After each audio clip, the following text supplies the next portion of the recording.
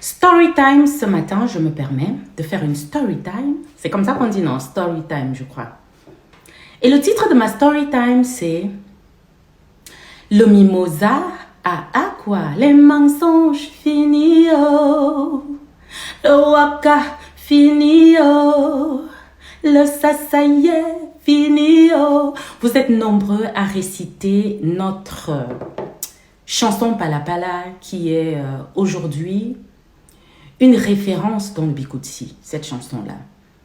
Et vous êtes nombreux à connaître toutes les paroles de cette chanson, jusqu'aux dédicaces. Alors, j'ai décidé ce matin de faire cette story time de la dédicace du mimosa à Aqua. Pourquoi? Parce qu'il y a des petites polémiques tout autour de cette dédicace-là. Et je pense qu'à un moment, ça fait de très longues années, hein, je n'ai jamais eu le besoin de m'exprimer concernant le mimosa de Aqua. J'ai laissé libre cours à chacun de dire ce qu'il veut, ce qu'il pense, parce que je suis une personne très fair-play, comme vous le savez. Je ne me prends pas la tête inutilement. Je ne me plains jamais.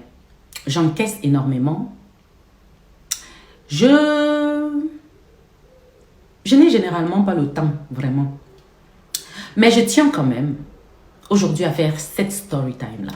Alors, le projet Palapala, je le travaille en 2013. Je commence à le travailler en 2013. Mi-2013. Je venais d'avoir mon fils Marvin qui est né le 30 avril 2013. 4 mois après mon accouchement, je décide d'aller au Cameroun travailler le projet Palapala. 4 mois après l'accouchement. Arrivé au Cameroun, je rencontre mon tonton Ebogo, qui est encore vivant. C'est un très grand soliste camerounais, tonton Ebogo. Et c'est tonton Ebogo qui m'amène chez monsieur Bertrand Eba, l'un des meilleurs arrangeurs au Cameroun. Toute l'équipe était là, monsieur Brice Bass. On a constitué une très belle équipe. On a fait le projet Palapala face à face. Et dans cette équipe, il y a même monsieur Masta Aivo, que vous connaissez tous, un journaliste émérite du Cameroun. Ils sont tous vivants.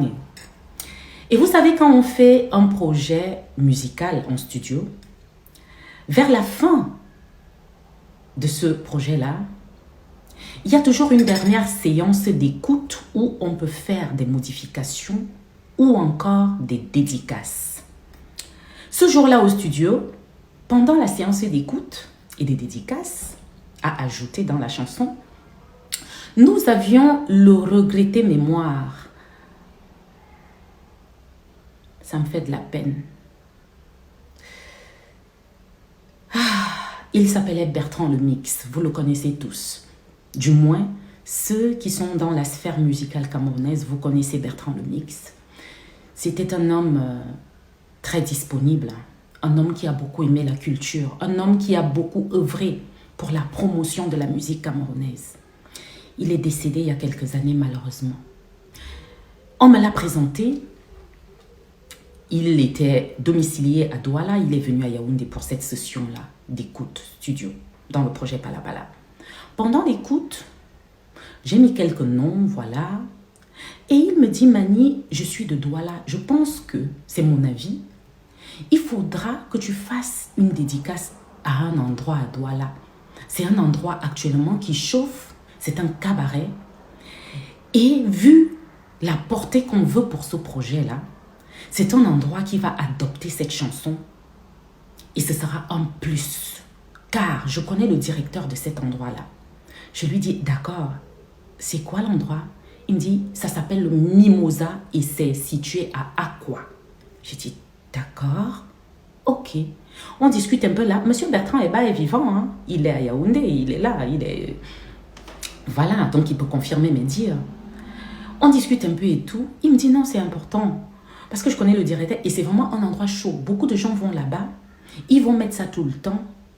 Le directeur va être reconnaissant, il va apprécier et ils vont te faire la promotion. Nombreux des artistes le font.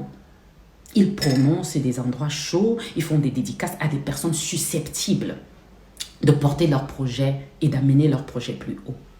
C'est comme ça que ce jour-là, à la dernière séance au studio, je mets cette chanson-là à cette partie-là. Le mimosa à quoi les mensonges finis. Je ne connaissais même pas cet endroit. Je ne vivais même pas au Cameroun.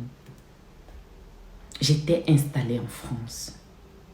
J'étais déjà mariée. Je venais d'accoucher mon deuxième enfant, Marvin. Il avait 4 mois, en 2013. Donc, quand vous dites souvent vos choses là me concernant, prenez, je vous dis, moi je ne refuse pas d'être taxé de tout ce que vous voulez. Mais faites très attention quand même. Faites attention à vos déclarations. Parce que autant je rigole, autant je suis fair play, autant je peux aussi, vous voyez, je peux aussi un jour dire que bon, ok, tu as déclaré ci, tu as déclaré ci, il faut que tu me sortes des preuves. Je ne vivais pas au Cameroun. Ça faisait de nombreuses années. Je suis quittée du Cameroun très très tôt. Bien sûr, j'ai des choses que je fais là-bas. Je suis entre Cameroun et le monde. Mais je n'ai jamais connu cet endroit-là. Donc arrêtez les inventions bizarres, machin, tout ça là. Wow. J'étais à Benguis depuis, j'étais à mariée depuis, c'est comment? Cherchez les choses vraies, cherchez les vraies choses. Et surtout, rassurez-vous d'avoir les preuves quand vous voulez parler n'importe comment me concernant.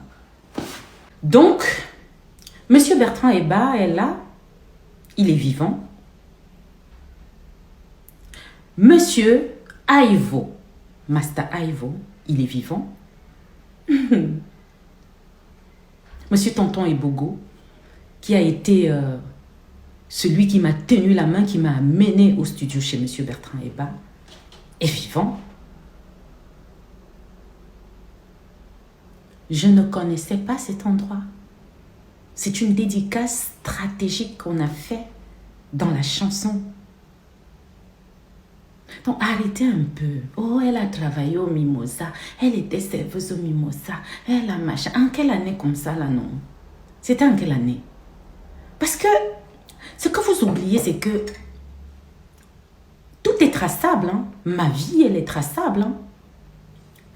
J'ai commencé très très tôt. Quand Palapala sort en 2014, j'étais déjà connue depuis 2011, 2012. J'étais déjà une superstar au Cameroun en 2011, en 2012. Avec Congossa. J'avais déjà eu l'Omvette d'or. J'avais déjà été en 2012 nominée au Canal d'or. En 2012, j'avais déjà eu le Balafon d'or. J'avais déjà eu plein de prix au Cameroun. C'est en 2013 que je travaille Palapala. Et c'est en 2014 que Palapala sort.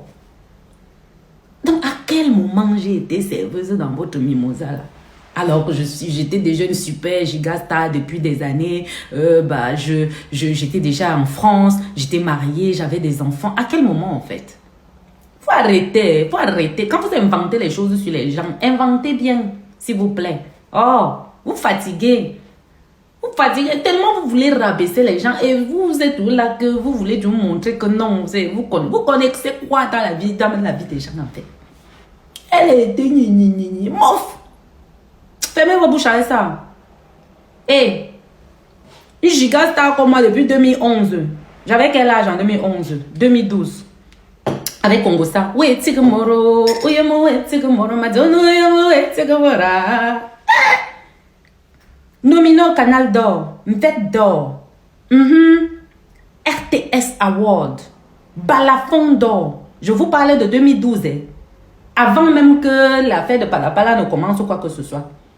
Des années après, je pars en studio, je pars au Cameroun, je viens d'accoucher, j'ai mon bébé de 4 mois en main, je pars au studio, on fait une séance, on me dit que non, il y a un endroit que, allez, fais la dédicace parce que nanani, normal, c'est des stratégies que vous ne pouvez pas comprendre, vous les gens qui bavardaient n'importe comment là. Tu fais une dédicace. Non, elle a travaillé à Mimosa parce que... Mouf. Fermez vos bouches. Hé. Bonne journée.